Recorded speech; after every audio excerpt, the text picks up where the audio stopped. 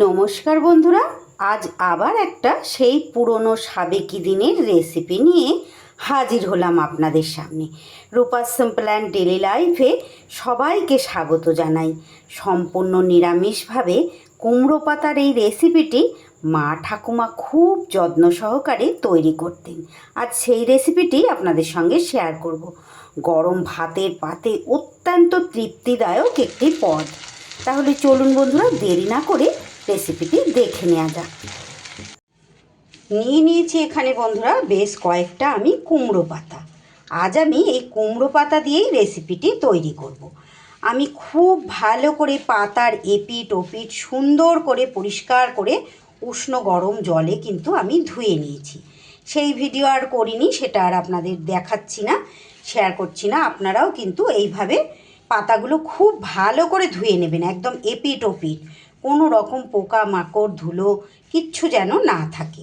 এইভাবে পরিষ্কার করে নিয়েছি। এইবার আমি মশলা রেডি করব।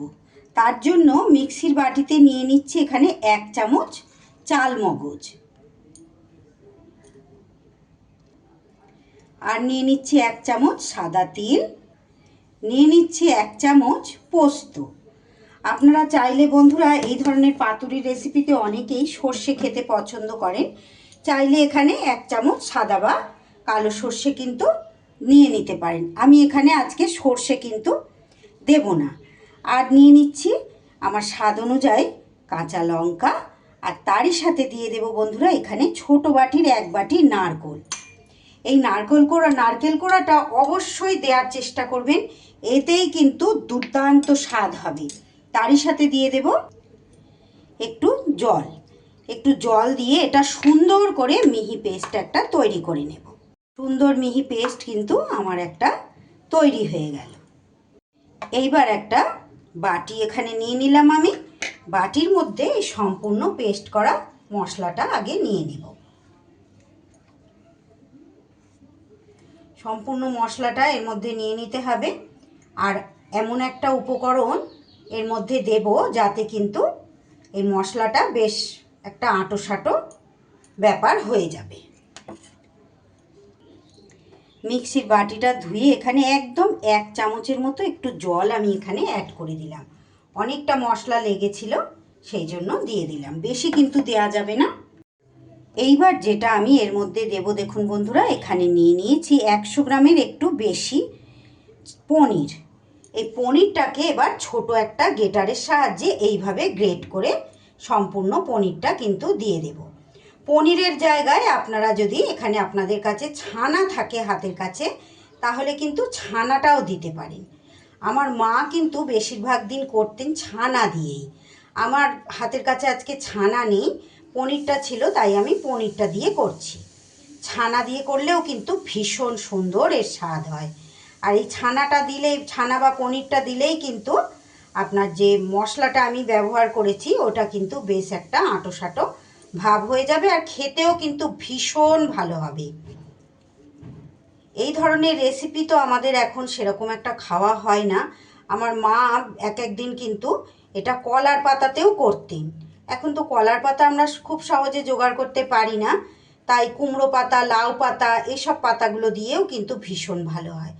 মা লাউ কুমড়ো পাতাতেও করতেন, আবার কলার পাতাতেও কিন্তু এটা করতেন। কলার পাতার একটা আলাদা সুগন্ধ, আর এই পাতাগুলো পাতা শুদ্ধ খাওয়া হয়ে যায়, এই একটা সুবিধা। এইবার এর মধ্যে দিয়ে দিচ্ছি খুব সামান্য পরিমাণ, একদম 1 চিমটির মতো হলুদ গুঁড়ো দিয়ে দিচ্ছি। স্বাদের ব্যালেন্সের জন্য যেহেতু এখানে আমি পনির অ্যাড করেছি, একদম সামান্য কয়েকটা দানা চিনিটা দেয়া যদি আপনাদের সমস্যা থাকে তাহলে চিনিটা স্কিপ করে দেবেন। দিয়ে দিলাম পরিমাণ মতো নুন, আর দিয়ে দিচ্ছি আমি এখানে সর্ষের তেল। কিছুটা পরিমাণ সর্ষের তেল এখানে আমি অ্যাড করে দিলাম। এইবার সব উপকরণগুলো আমি একটা চামচের সাহায্যে খুব ভালো করে মিশিয়ে নিচ্ছি। দেখুন পনিরটা দেয়ায় কিন্তু আমার মশলার মানে সব উপকরণ একসাথে মিশিয়ে নিলে এটা কিন্তু বেশ একটা আঁটো সাঁটো ভাব হয়ে যাবে। এইভাবে আপনারা মশলাটা তৈরি করে নেবেন। যে উপকরণগুলো ব্যবহার করছি বন্ধুরা, দেখে নিশ্চয়ই আপনারা বুঝতে পারছেন, যারা প্রত্যেক দিন রান্না করেন তারা জানেন যে এই উপকরণগুলো দিয়ে তৈরি করলে কতটা লোভনীয় হবে।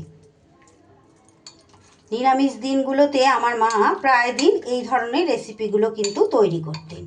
সবার পাতে এক পিস করে দিয়ে দিলেই আহা, নিরামিষ দিন বলে মনেই হতো না, যেন আমিষ দিনের থেকেও বেশি তৃপ্তি করে খাওয়া হতো। অবশ্যই এভাবে তৈরি করবেন বন্ধুরা। আর এই ধরনের নিত্য নতুন রেসিপি পেতে আমার চ্যানেলটাকে সাবস্ক্রাইব করে আমার পাশে থাকবেন। পাশে থাকা বেল আইকনটা অল করতে কিন্তু ভুলবেন না, যাতে যে কোনো রকম নতুন ভিডিও আপলোড করলে সবার আগে আপনাদের কাছে নোটিফিকেশান পৌঁছে যায়, আর আপনারা সেটা আপনাদের সুবিধা মতো দেখে নিতে পারেন। আমার চ্যানেলে নতুন বন্ধু, পুরনো বন্ধু, সব বন্ধুদের জন্য অনেক অনেক ভালোবাসা, অনেক ধন্যবাদ, অসংখ্য ধন্যবাদ। যে সকল বন্ধুরা প্রত্যেক দিন আমার সঙ্গে থেকে আমার রেসিপিগুলো দেখেন, আর আমার সকল বন্ধুদের জন্য রইল অনেক ভালোবাসা, অনেক শুভকামনা। দেখুন সুন্দর করে আমার এটা কিন্তু মেশানো হয়ে গেছে। এইবার আর কি, এইবার একটা একটা পাতা এইভাবে নিয়ে নিতে হবে।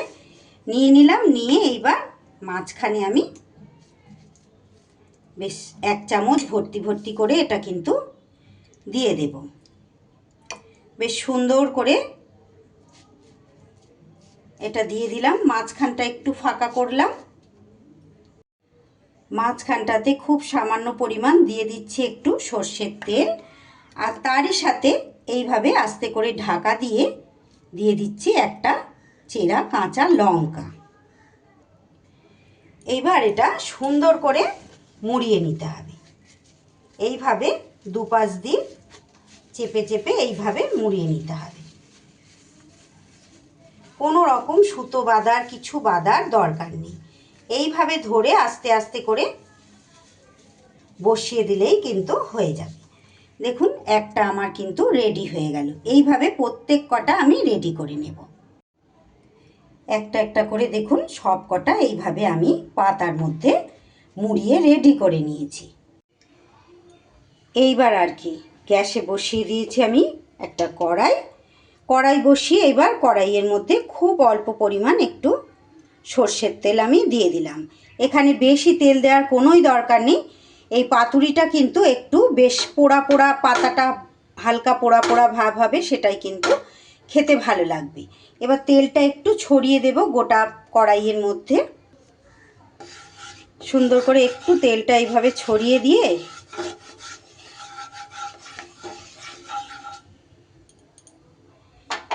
এইবার একটা একটা করে পাতা কিন্তু আমি এর মধ্যে বসিয়ে দেব।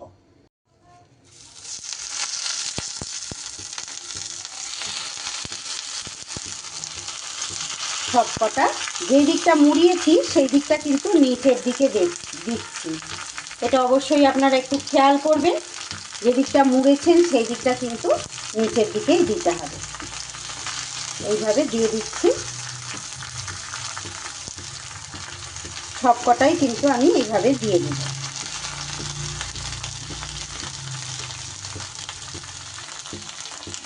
মাঝখানেও একটা দিয়ে দিলাম, দিয়ে এইবার আর কি ঢেকে দেব। লো ফ্লেমে এইভাবে ভাপিয়ে নিতে হবে। লো ফ্লেমে 1 থেকে 1.5 মিনিট এইভাবে ভাপানো হয়ে গেলে আস্তে আস্তে করে এবার উল্টিয়ে দিতে হবে। এইভাবে অপর পিঠটাও উল্টিয়ে দেব। একটু সাবধানে কাজটা করতে হবে বন্ধুরা।